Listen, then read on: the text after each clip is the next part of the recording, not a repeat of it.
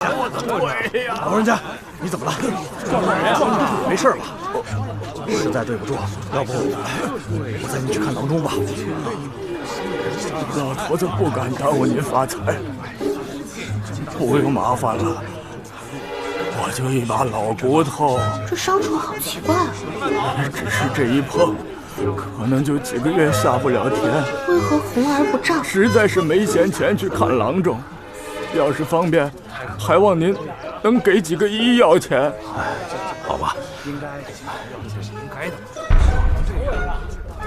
哎，等等，谢谢拿着，谢谢谢谢谢谢。哎呦！你骗人，这伤是假的。你这伤就是用来唬人的，摸上去虽然微微发热，但是一点都没有肿胀发硬的感觉。而且你们看，这伤处色泽单调，边界又格外清晰，一看就是用烧制榉木树皮的法子伪造的。而且他根本就不是什么老人家，他的眼睛眼白是白的。眼白不是白的，还是黑的呀？当然不是黑的，是黄的。人年纪大了，眼白是会发黄的。年纪越大呢，颜色就会越浑浊。人老珠黄，说的就是这个意思啊。可是你们看他，眼白一点都没有泛黄的迹象。人是可以伪造体貌甚至声音，可是这眼白的颜色绝对做不了假的。你看他那眼白。骗子！大理寺，把人带回去。好了，都散了，别妨碍城门通行啊！走。什么人都有，先给他小心点。记人的路啊！楚楚，是，你是大理寺的官？大理寺少卿景逸。见过景大人。起来说话。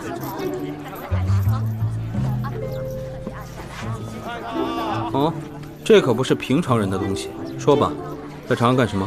我不是商人，我只是搭了商队的车，我是仵作，这些是我验尸的工具。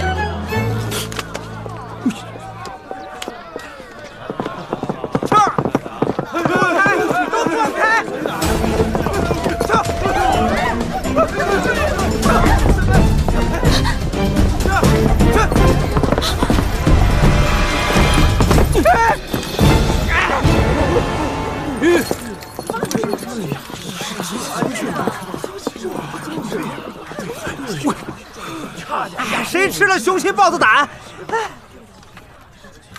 吴家，你是不是眼瞎？让你看看谁眼瞎！我说你，奴婢拜见安郡王，奴婢瞎了眼，不知安郡王在此。大唐律，闹事跑马。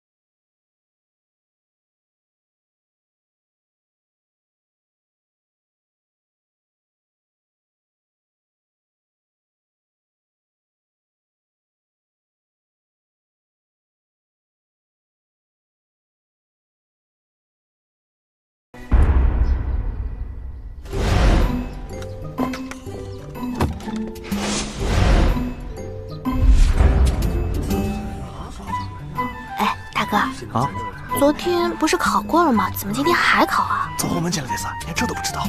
先前是合计考，眼下是俺郡王的遴选考。只要是能考上，我人就能进三法司给小金鱼做事。小金鱼，这名字怎么那么奇怪啊？啥小金鱼，连俺郡王都不知道。我是三法司大小官员都害怕的人。小金鱼，安郡王，什么小金鱼？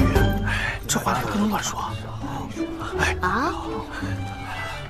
本官念出名字的考生，随我进来。黔州处士楚楚。我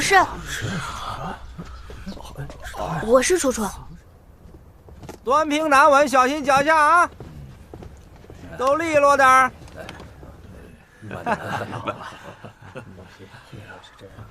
景阁老，今日怎么没有见景少卿啊？安郡王点犬子一同监考去了。圣上下旨限期查破秘书郎的案子，算下来，这已经是最后的期限了。安郡王竟还有心思考什么仵作，真沉得住气呀！哼，年少狂妄。哎，韩尚说，慎言呐。安郡王也算是你的上官，不可不敬啊。上什么官呀？这刑部、大理寺、御史台，自大唐开国以来，就是三司各尽其职，共掌着刑狱之事。可如今圣上也不知道怎么想的，专门为他设了个三法司，凌驾于我们三司之上。哎呀，我们三司的官员还要听这个乳臭未干的小儿差遣，黄口小儿不知轻重。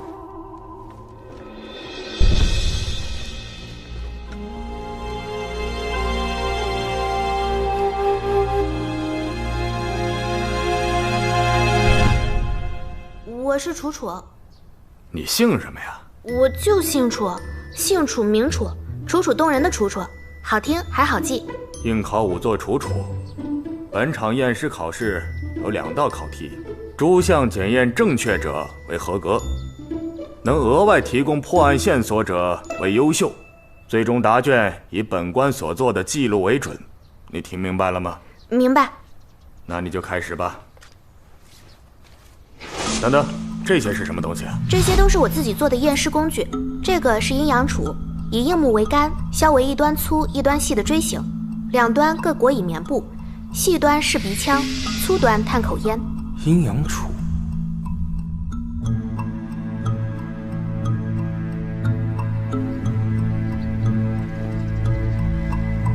这人既被火烧过，还被水泡过，手臂脖颈隐约有红褐色树枝状纹路，右手指骨有灰白色的骨珍珠，死者皮肉上的黄色脂膏不全是凝固的尸油，这是胡麻油的气味。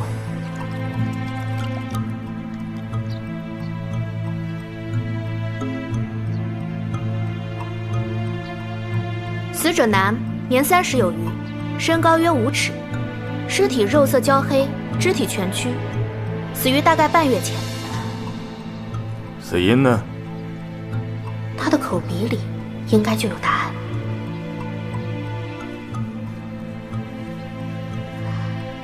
果然，死者口鼻中有烟灰，证明他是被活活烧死的。真是个好工具。此案性质如何？性质？他是自杀而亡，还是被他人所杀？他没有自杀，也没有人杀他，应该可以说是意外死亡。意外？死者颅骨骨折，脑缝开裂，身上虽然被烧得厉害，但是脖颈经过擦拭之后，隐约还能看到类似树枝的斑纹，这是被雷劈过的迹象啊！再加上死者身上有灼伤过后被水浸泡过的痕迹，所以他应该是在下雨前打雷的时候被雷给劈中了。半月前是盛夏，正是雷雨最多的季节。被雷击中，怎么会烧成这个样子？他应该是这么死的。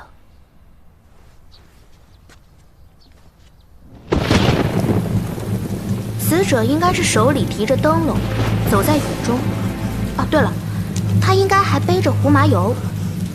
然后，在雷击中树木的时候，他的右手恰好撑在了树干上。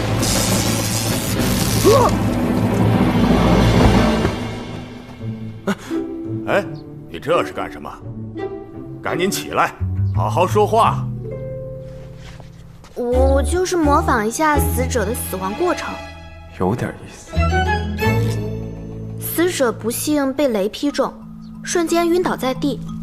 刚巧他手中又有火种和易燃的胡麻油，火种引燃了胡麻油，就在他昏迷的时候，活活把他给烧死了。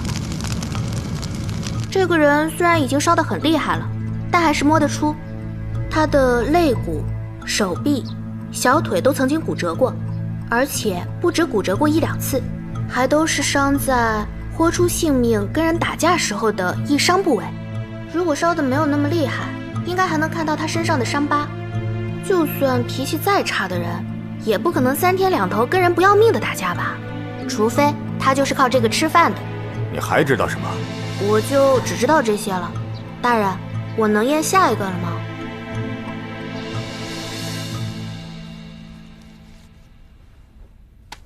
细查。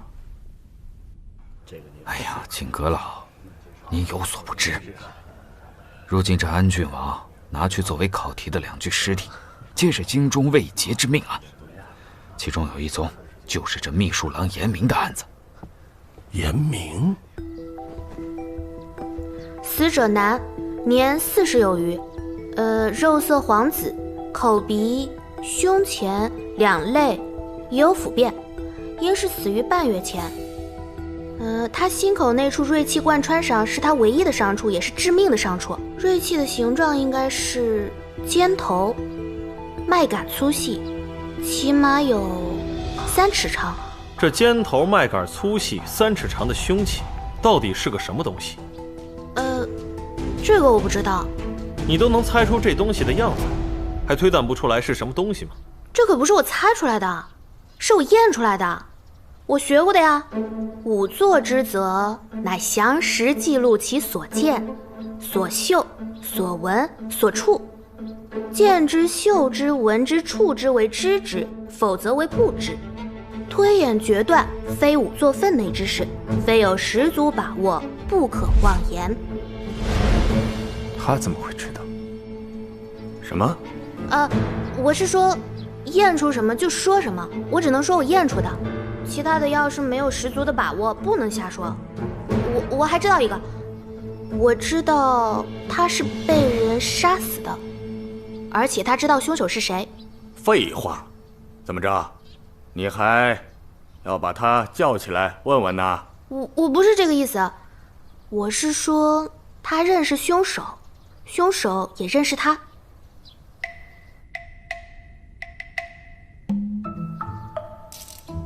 行了行了，到偏厅考验伤去吧。谢谢大人。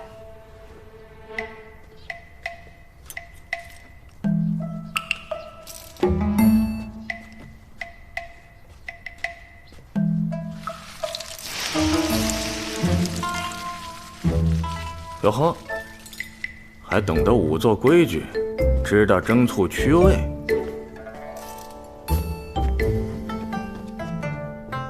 王爷，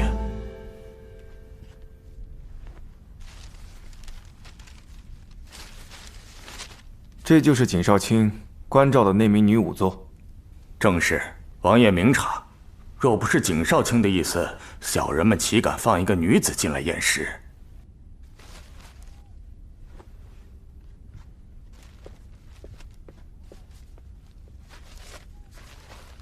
您官职不够进不去，就在这候着吧。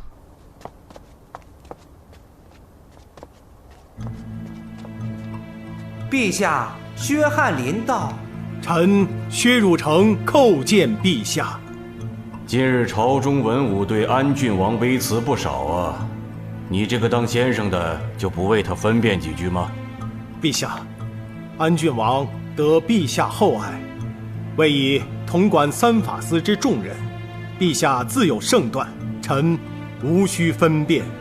朕将3法司交给他，就是看中他骨子里有他父亲萧衡当年那股子清正之气，但为官办案是2码事。秦鸾，奴婢在。朕记得当年萧衡察举西南逆党时，是你带人前去策应的吧？是，陛下真是好记性啊！陛下圣谕，剑南节度使陈英伙同驸马萧衡，起兵谋反，就地诛灭。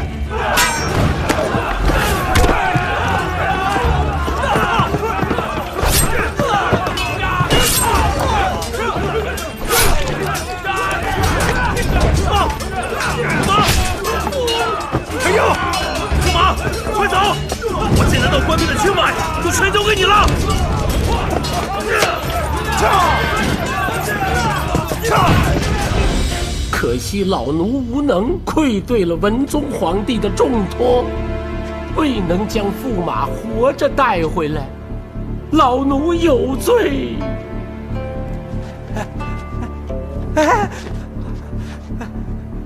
奴婢御前事宜，望陛下责罚。刚才就看你一瘸一拐的，莫不是刚挨过板子？谁打的你？陛下容禀，奴婢今日奉命出城，不慎冲撞了安郡王的车驾，这才遭安郡王的责罚，挨了顿板子。你们两个起来。薛青，你可要教给他什么叫做君子之道，忠恕而已矣。教不严，师之惰，是臣失职，请陛下责罚。还有孙明德，要打要罚，自有内侍省管着。他萧锦瑜今日敢先打后奏，明日是不是就敢先斩后奏了？陛下息怒，安郡王只是年轻气盛，一时失了分寸。安郡王年轻气盛，你就该好好敲打敲打他。堂堂朝廷命官的遗体，竟然拿去做考题，若届时交不出什么说法来，群臣参他，到那个时候，朕连你一起罚。是。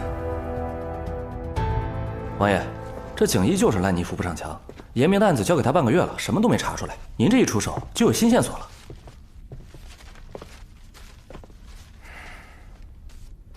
这案子是有些难为他了。王爷，这个女仵作是您看中的？不，是景逸希望我看中的。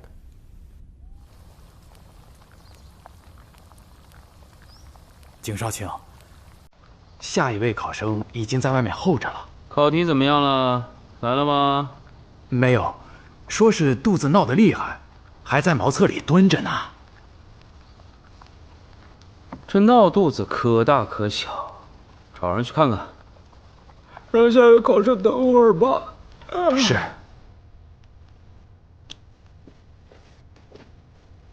哎，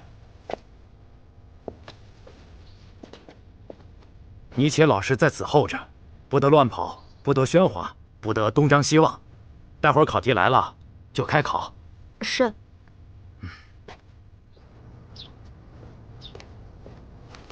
王爷，王爷，里面考试的可是位女子？是王爷，进去有一阵子了。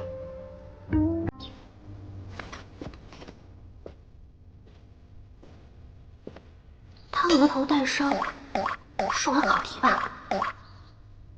哎，你就是那个活尸体吧？哎呦，你怎么才来啊？我都等你好半天了。啊！哎，大人，我的考题来了，我可以考试了吗？放肆！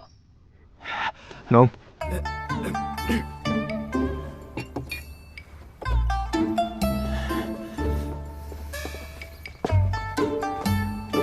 景少卿，景大人，考生和考题都来了。考题？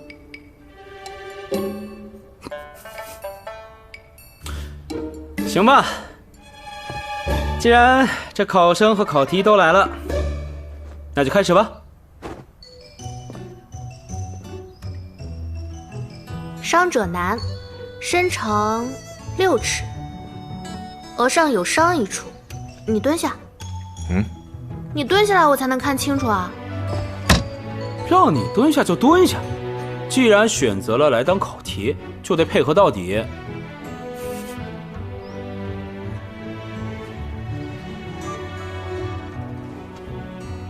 这是硬物撞击造成的，伤处还没有上过药，应该是昨晚的事。伤处除血瘀外，还有均匀轻微的擦伤，应该是被一个扁平形状、打磨不太精细的硬木质器物撞击造成的。对不起啊，对不起。左手手背有一道手掌宽的淤伤，是重物挤压造成的。应该是人踩的，还是被男人踩的？掌根处的伤是手掌撑在平滑的硬物上造成的。这几处伤几乎都是同时发生的。起开！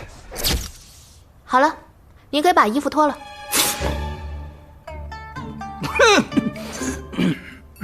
继续。不必了，你先前验的都对，推测的也对，我尾椎骨处确实有处淤伤，不过你不必看了，验到这里就可以了。那不行，这才哪儿到哪儿啊？检验单上一半还不够填呢。要是验成这样，我肯定考不好。你是考题，验不验你说了不算。你要是不乐意脱，我就帮你脱。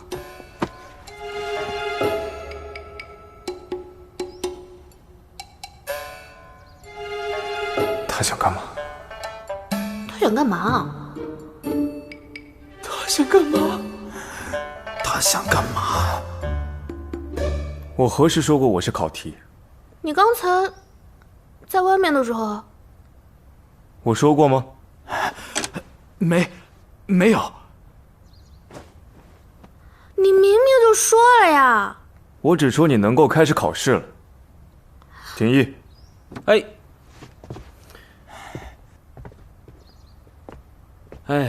下官在，王爷有什么吩咐？下官失礼，请王爷恕罪。王爷，你就是那个安郡王小金鱼？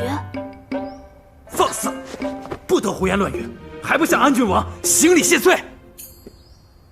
你的官儿比刺史大人还要大吗？你这是干什么？我以前没见过这么大的官，但我见过刺史大人。那年前州刺史大人上我们镇上的时候，我们县令老爷专门教过我们的，只要见到刺史大人就得下跪磕头。给刺史大人磕是磕一个，您的官比刺史大人还要大，我就多磕了几个，多磕几个够不够啊？师傅，您真是英明睿智啊！皇上一向赞赏萧锦瑜的铁面无私，您是怎么料定了今天他能向着我说话？韩季身为吏部尚书，平日里不得不听萧锦瑜调遣，心里怎能舒坦得了？知道他用朝廷官员的尸体来考仵作，必然参上他一本。他萧锦瑜平时里得罪的人，必然也乐得出来帮腔。莫说是思过，今天就是将这50板子发挥到他萧锦瑜身上，也是不无可能的。都说这萧锦瑜是足智多谋，依我看呐，还是师傅您技高一筹。哼，别说是一个萧锦瑜啊，那就是他爹萧恒在世。哼，哎呦，我这张嘴，师傅息怒。圣上今日提起了这事，萧恒跑了，给我追！快！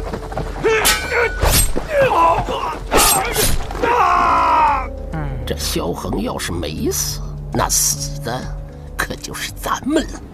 是，多动点脑子，少动点嘴，不然你小命不保。是。见过秦公公。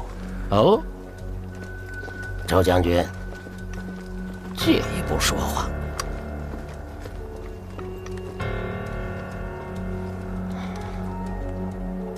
你寻个由头，亲自到三法寺去探探。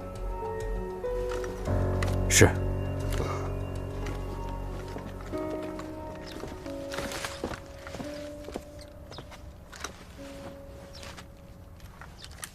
王爷，前面的考试都已结束了。你仔细看看，这上面是否填写有误？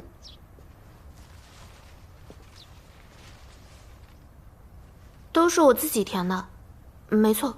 你是黔州关岭县平乐镇人。出自官宦世家，书香门第，家中世代忠良。是。一派胡言。你分明出自仵作世家，家中祖父尚在。你父亲没有兄弟，但你有一位兄长，你兄长还有一条狗。你怎么连我哥有狗都知道啊？你身上的衣服偏大，还是半新的，用针线修改过，却没有裁剪，说明你是借来穿的。衣摆袖口有新旧相叠的狗爪抓痕，以你的年龄推算，不该是你父亲的，那最有可能便是你兄长的。这都能被看出来？衣服上有皂角苍竹的味道，既然有用皂角苍竹洗衣的习惯，说明这件衣服的原主人也是名仵作。这安郡王好厉害！仵作向来是家传的行当，以你刚才验尸考试时的表现来看，你对仵作行里一些偏门手艺颇为精通。这些偏门手艺与大唐律有所冲犯，必不是近年来所创。你能掌握这些手艺，说明你的祖上至少在太宗朝之前就是仵作了。全都说对了。面如冠玉，明察秋毫，掌管刑狱。你就是玉面判官？玉面判官就是六扇门的老大呀。六扇门的老大。来无影，去无踪，神龙见首不见尾。九大神捕俯首听令，天下案件尽在掌握的六扇门老大。江湖人称玉面判官，身边还跟着一位武艺精湛的神捕追魂道。我不曾听说过这号人物，也没有什么江湖名号，你认错人了。可是，你简直跟玉面判官一样厉害。闲话少说，既然我说的都对，那你便是承认自己在这应考单上撒了谎，虚报了出身。我都是如实写的呀，我家祖祖辈辈都是仵作，都在衙门当差，这不就是官宦世家吗？而且我家人都识字，我家里还有好多书，书香门第说的不就是这个意思吗？还有我家都是好人，从没有干过坏事，这不算是世代忠良吗？姑且算是吧。你放在验尸时说的话我都听见了，还有一件事需要你再解释一二。你方才检验那位被锐器刺死的死者时说，凶手认识死者，死者也认识凶手，你可是想说这凶手与死者是相熟之人？对，我就是这个意思。你如何知道？我怕我说不清楚，我能比划比划吗？可以。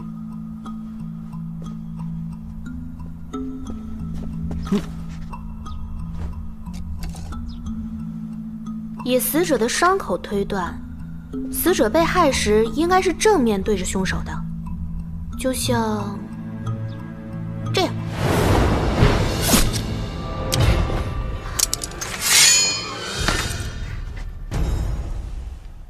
你想干什么？我就是比划比划。武将，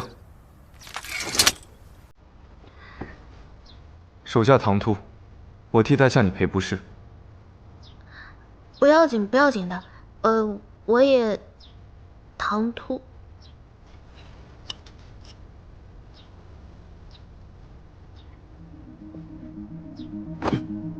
就算死者是这么遇害的，这跟与凶手认不认识有什么关系啊？死者如果不认识凶手，那死者被害时的反应应该跟他是一样的，只要有一点挣扎躲闪，伤口就不会像现在这样整齐。这笔也就7寸长，可那凶器起码有3尺长，他能做反应的时间比刚才多多了。就算凶手再厉害，这样正面遇刺，他也来得及抓一下凶器。可那么长时间他却没有做任何反应，说明凶手是他绝对想不到会害他的人，到死他都不愿意相信。你对死人的想法倒是清楚得很。那当然了，死人跟活人可不一样，他们临死前想过什么，做过什么，都在他们身上摆着呢，比活人的心思好懂多了。那你从这死者身上还能看出什么？还有一点，不过我没见过死者被害的地方是什么样子，所以不能瞎说。我可以让你去看看，你可愿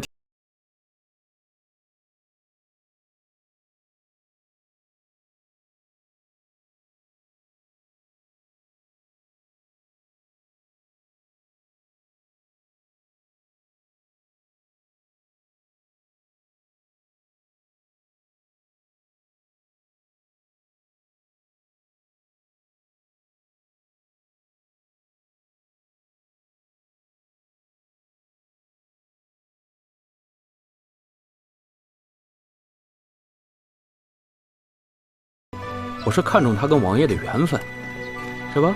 看上了。我说真的。小的叩见王爷。什么人？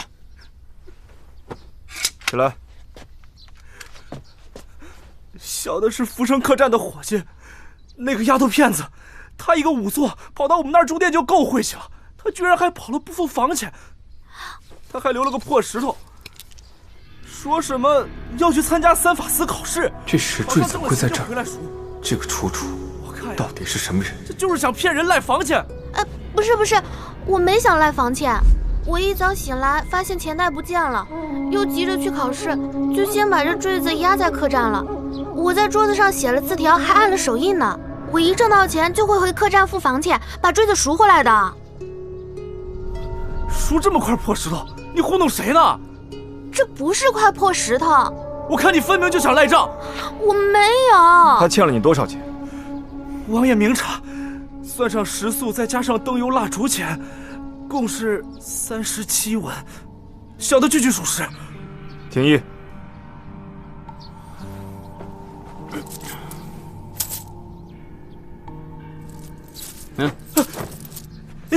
谢谢。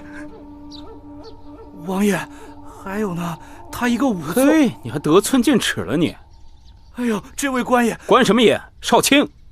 少卿大人，您想啊，这要是换作是您愿意睡仵作睡过的床，用仵作用过的碗筷吗？我愿意。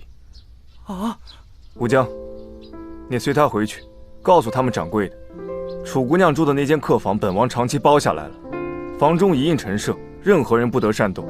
本王得空便去小住几日。是，我倒要看看，什么排场的客栈，连个伙计欺客都欺到我三法司门前了。王爷息怒，王爷息怒啊！小的不是这个意思，这钱小的不要了，小的告退。回来，坠子，还有他留的字条。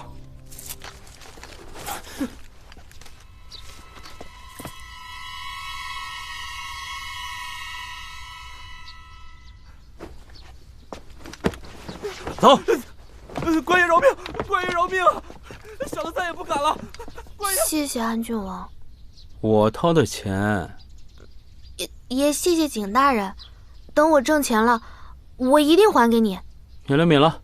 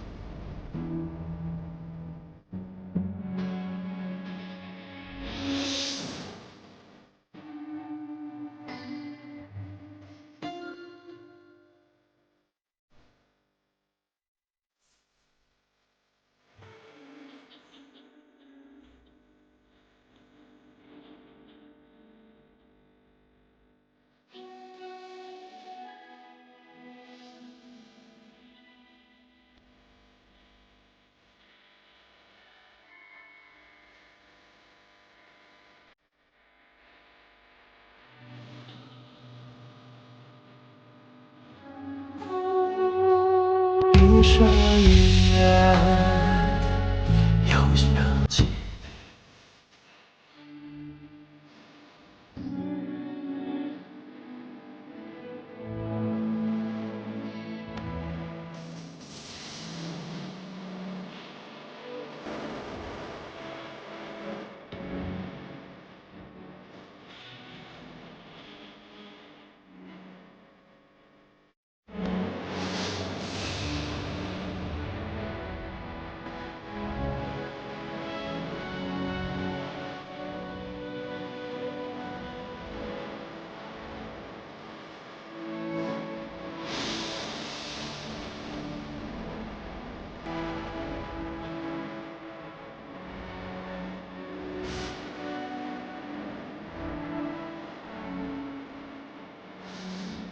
远方的浮生的美。